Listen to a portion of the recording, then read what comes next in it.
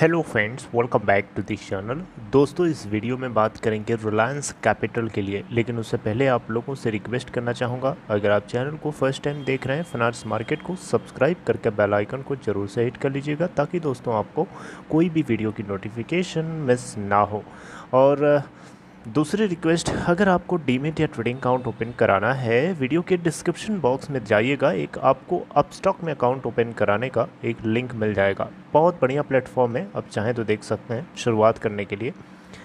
दोस्तों, अगर हम रिलायंस कैपिटल के स्टॉक प्राइस की बात करें तो प्रीवियस ट्रेडिंग सेशन फ्राइडे के दिन 1.56% लॉस के साथ 12.65 के ऊपर बंद हुआ। करस्पॉन्डिंग कंपनी की मार्केट कैपिटलाइजेशन 319 करोड़ रुपए है।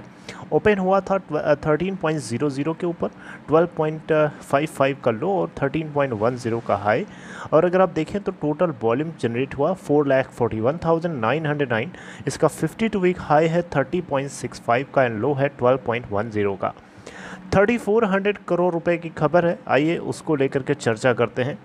दोस्तों, 3400 करोड़ रुपए का 27 से 30% मात्र रिकवर हो पाएगा, और जो रिमेनिंग अमाउंट है 70 to 73% of 3400 crore will be wiped out, यानी उसके ऊपर पानी फिर जाएगा। अभी आपको कुछ भी समझ में नहीं आ रहा होगा कि मैं क्या बात कर रहा हूँ। ये 3400 करोड़ रुपए क्या है, ये किसका है?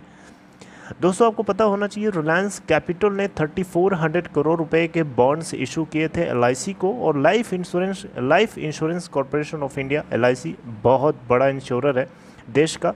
इन्होंने 3400 करोड़ रुपए के जो बॉन्ड्स खरीद रखे थे एलआईसी आर कैप से, रिलायंस कैपिटल से। अब सुनने में आ रहा है, खबर यह आ रही कि एलआईसी इसको लेकर के एक प्रोसेस एडवाइज़र के रूप में आईडीबीआई कैपिटल मार्केट्स को अपॉइंट कर रखा है, ताकि इन बॉन्ड्स को मार्केट में बेचा जा सके। और आईडीबीआई कैपिटल मार्केट्स ने इसको लेकर के एक्सप्रेशन ऑफ इंटरेस्ट भी इनवाइट कर दिया है, ताकि एसेट रिकंस्ट्रक्शन कंपनीज जो हैं इसके अंदर हिस्सा ले सकें, इसको बिड कर सकें। जुलाई 11 की इवनिंग तक का टाइम दिया गया है। एक्सप्रेशन ऑफ इंटरेस्ट्स यहाँ पे जो भी आएगा वो ऑक्शन के माध्यम से आएगा, राइट।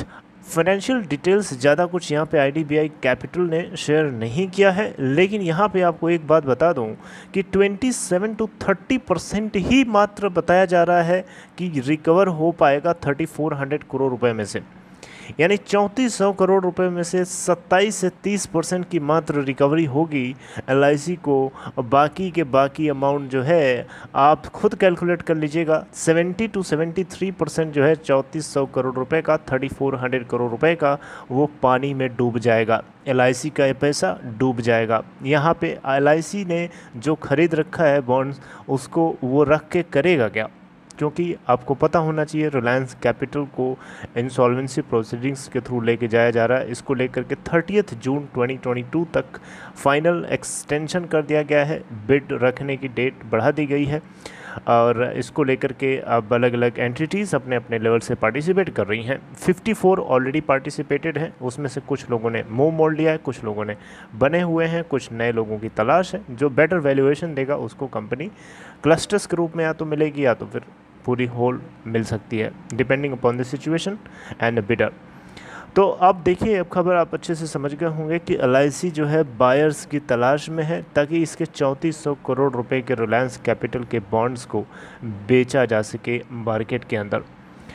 देखिए, एलआईसी अपने इन्वेस्टर्स को एक नीट एंड क्लीन बुक, ठीक है, वो प्रेजेंट करना चाहता है, और इसी के सिलसिले में ये ऐसा करने की कोशिश कर रहा है। देखिए, दगी हुई प्रोफाइल रखना उसके इन्वेस्टर्स को एक तरीके से डिसअपॉइंट करेगा, उसको डिग्रेड करेगा। तो इसलिए एलआईसी अपने नॉन परफॉर्मिंग एसेट्स को हटा करके क्लीन करना चाहता है अपने बुक्स ऑफ अकाउंट को।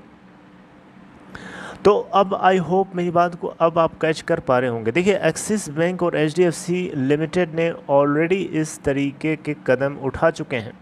जो इनका एक्सपोजर था वो इन्होंने ऑलरेडी कट कर लिया है लास्ट फाइनेंशियल ईयर के अंदर। और इन्होंने, आप देखें तो एक्सिस बैंक ने नहीं, एचडीएफसी लिमिटेड ने लगभग 524 करोड़ रुपए के लोन्स, टर्म लोन्स थे बेसिकली, इन्होंने भेजे थे, और वहीं एक्सिस बैंक ने 100 करोड़ रुपए के टर्म लोन्स को भेजे थे और 490 करोड़ रुपए के बॉन्ड्स को भी भेजे थे टू एकर, ठीक है, एसेट रिकंस्ट्रक्शन कंपनी, राइट, एक तरीके के है, जो कि दिसंबर लास्ट ईयर से पहले और सितंबर और दिसंबर के बीच में इन्होंने ये बिकवाली जो है करी थी। तो ये बातें जो हैं आपको पता होना चाहिए। देखिए, assets care and reconstruction enterprises, ये एक तरीके का आप देख सकते हैं ACRE, जिसको एकर बोल सकते हैं, assets care and reconstruction enterprises. ये वो एंटिटी है जिसको एक्सिस बैंक ने अपने टर्म लोन और बॉन्ड्स को बेचे थे और HDFC लिमिटेड ने अपने टर्म लोन्स को बेचे थे, राइट। आपको पता होना चाहिए आर कैपिटल एक कोर फाइनेंस कंपनी है, अनिल अंबानी के द्वारा प्रमोट की जाती है। ये इंसॉल्वेंसी प्रोसीडिंग से गुजर रही है। दिसंबर लास्ट ईयर से इसकी इंसॉल्वेंसी प्रोसीडिंग्स शुरू करी गई और आर नागेश्वर राव इसके एडमिनिस्ट्रेटर के रूप में अपॉइंट किए गए हैं ताकि इस कंपनी के इंसॉल्वेंसी प्रोसीडिंग्स को कम्प्लीटली कराया जा सके। LIC यहाँ पे टोटल अगर आप देखें तो 20,560 करोड़ रुपए का अमाउंट इनिशियल पब्लिक ऑफर के माध्यम से रेस किया था लास्ट मंथ, और इसका जो total gross non performing assets है लगभग 7.78% है इसके टोटल 35,130 करोड़ रुपए इसकी टोटल बुक का, यानी इसके टोटल बुक का 35,130 करोड़ रुपए NPA है, यानी परसेंटेज में देखें तो 7.78% है, और इसको ये ख़त्म करना चाहता है ताकि इन्वेस्टर्स के कॉन्फिडेंस को बढ़ाया जा सके, उनको साफ़ सुथरी क्लीन बुक दिखाया जा सके।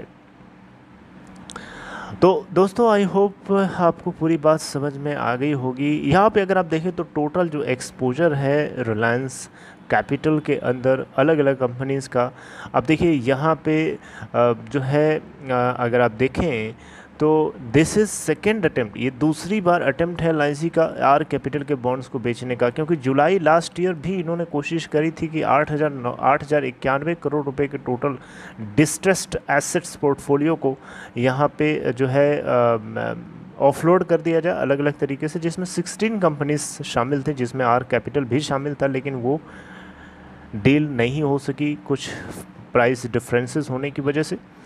देखिए, आर कैपिटल के अंदर अभी तक टोटल जो फाइनेंशियल क्लेम है एडमिट किया गया है आर नागेश्वर राव के द्वारा, वो है 23,666 करोड़ रुपए का, राइट।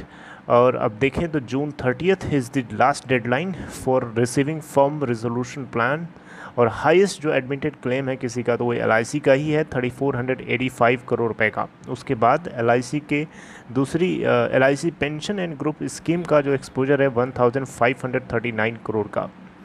अडानी फिनसर्व, ब्रुकफील्ड, बंधन बैंक, इसके अलावा एसेट्स केयर रिकंस्ट्रक्शन जो भी नाम था ऊपर मैंने आपको बताया था, एसेट्स केयर रिकंस्ट्रक्शन एंटरप्राइजेस, इसके अलावा पिरामल इंडस एक कंसोर्टियम है बेसिकली पिरामल के द्वारा लीड किया जा रहा है, IndusInd international holding, TPG Asia, yes bank and Warde partners, ये सब कुछ ऐसे हैं जो 54 एप्लीकेंट्स में से शामिल हैं।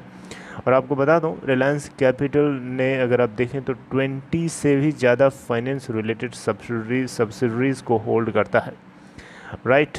बहरहाल दोस्तों, अगर आप देखें तो Reliance, Nippon life insurance, Reliance home finance, इस तरीके के जितने भी सब्सिडरीज हैं, क्लस्टर्स इनको कहा जा रहा है। क्लस्टर्स के लिए भी चाहे तो फाइनेंशियल जो बिडर्स हैं वो अप्लीकेबल हैं, अप्लाई कर सकते हैं, या फिर पूरी एज अ होल कंपनी के लिए भी अप्लाई कर सकते हैं डिपेंडिंग ऑन द सिचुएशन। तो दोस्तों, ये थी खबर पूरी, मैंने आपको बताने की कोशिश करी। I hope you liked it. अगर आपको ये कंटेंट अच्छा लगा हो तो इस वीडियो को लाइक ज़रूर करिएगा, उससे मोटिवेशन मिलता है, और आगे जो कुछ भी इसको लेकर के अपडेट आएगी मैं आपसे ज़रूर शेयर करूँगा।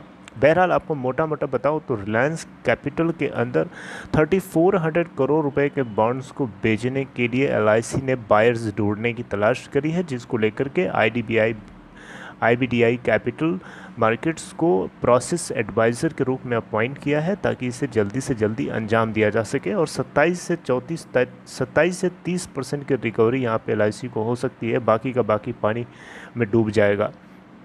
तो ये है असली सच्चाई, और ये दूसरी बार इसकी तरफ से अटेम्प्ट किया जा रहा है। अब देखना होगा कि ये बार फेल होता है या पास होता है। चलिए आगे 30 जून 2022 तक के लिए तैयार रहिएगा। जो कुछ भी अपडेट आएगी तब से उससे पहले भी मैं आपसे ज़रूर चर्चा करूँगा। Okay, so take care.